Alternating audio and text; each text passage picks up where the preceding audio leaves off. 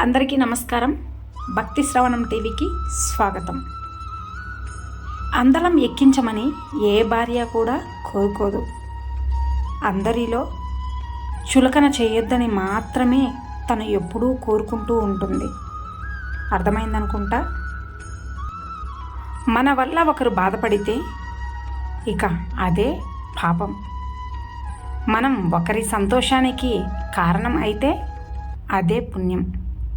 ఇంతకు మించిన వేరే కారణాలు మరొకటి ఉండవు.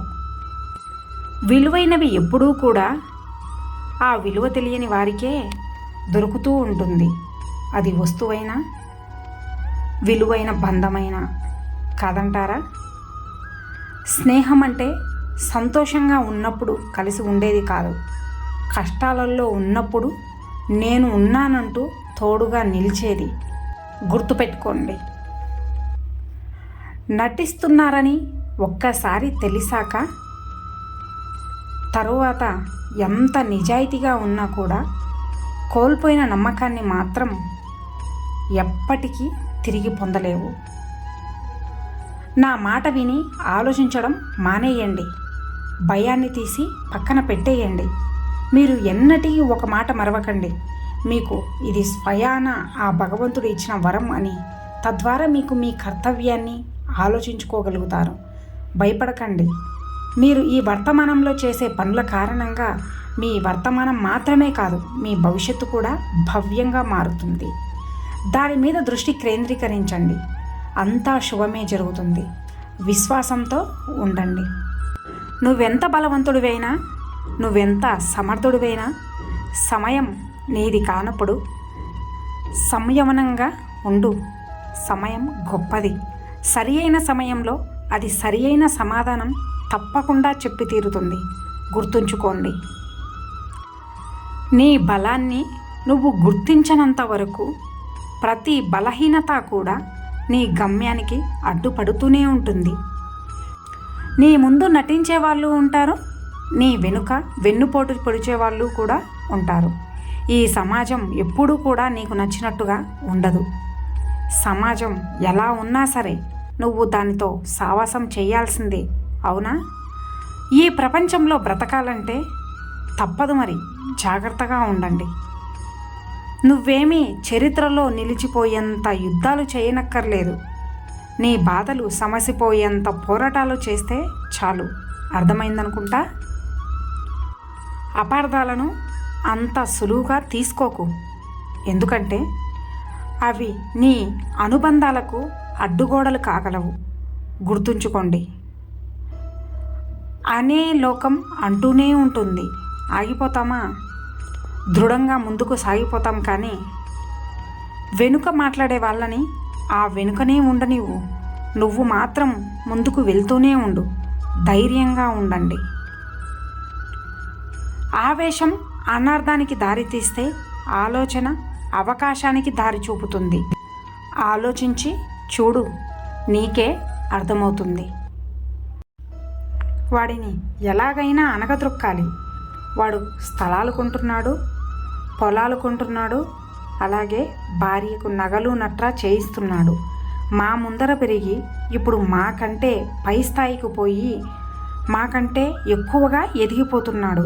వీడిని ఎలాగైనా సరే క్రిందకి తొక్కేయాలని ఎంతోమంది మనుషులు నిన్ను తొక్కాలని చూస్తే నువ్వు మాత్రం ఏమీ కంగారు పడకు.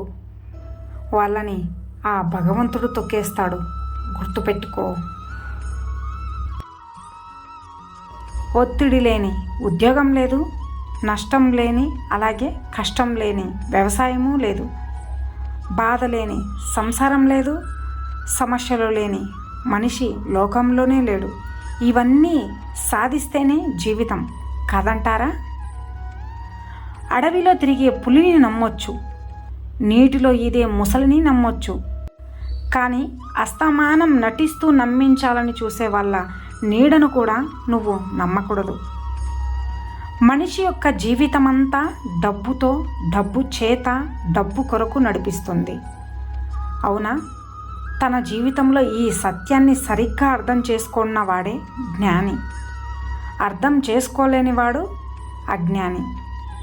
సూర్యుడు తూర్పున ఉదయిస్తాడు అన్నది ఎంత నిజమో, డబ్బు లేకపోతే మనిషి బ్రతకలేడు అన్నది కూడా అంతే నిజం. డబ్బు స్త్రీ లాంటిది. ప్రాణానికి ప్రాణంగా ప్రేమించే వాళ్ళని ఇష్టపడుతుంది. అంతేకాని అడ్డదారిలో దగ్గరవ్వాలని చూస్తే అసహించుకుంటుంది. ఎవరైనా నాకు డబ్బు మీద ఆసక్తి లేదు అని అన్నాడు అంటే వాడికి డబ్బును సంపాదించడం చేత కాదు అని ఒప్పుకుంటున్నాడు అని అర్థం. ఒక స్త్రీ ఎంత అందగత్తె అయినా తన జీవితంలో భరించలేని బాధ కలిగించే విజయం ఏదైనా ఉంది అంటే అది తన భర్త. తనకు సవతిని తీసుకురావడమే అంతకన్నా బాధ ఆ స్త్రీకి జీవితంలో ఇంకొకటి ఏదీ ఉండదు. కానీ ప్రతి మగవాడికి వాడి భార్య వెండి పళ్ళెం లాంటిది. అందులో పచ్చడి మెతుకులు తిన్నా కూడా శుభ్రంగా కడిగి భద్రంగా దాచుకుంటాడు. ఇక బయట స్త్రీ విస్తరాకు లాంటిది. అందులో పరమాన్నాళ్ళు తిన్నా చెత్తబుట్టలోనే పడేస్తాడు. గుర్తుపెట్టుకోండి. జీవితంలో కొన్ని మానిపోవాలి అంటే కొన్ని మర్చిపోక తప్పదు. నీ నమ్మకం బలమైనదైనప్పుడే నీ గమ్యం కూడా విలువైనది అవుతుంది. గుర్తుపెట్టుకోండి. నీ ఆట నువ్వు ఆడు. నీ వెంట తప్పక ఉంటాడు ఆ పైవాడు. ధైర్యంగా ఉండండి. విశ్వాసాన్ని ఎప్పుడూ కూడా కోల్పోకూడదు. ఇక అందరూ నాతో పాటు ప్రేమతో ధ్యానించండి. రాధాకృష్ణ. ఇన్ని మంచి సూక్తులలో మీకు ఏ సూక్తి నచ్చినదో కింద కామెంట్ చేయండి. అలాగే ఈ వీడియో కనుక మీకు నచ్చినట్లయితే లైక్ చేసి ఇలాంటి మరిన్ని వీడియోస్ కోసం మన ఛానల్ని సబ్స్క్రైబ్ చేసుకోండి.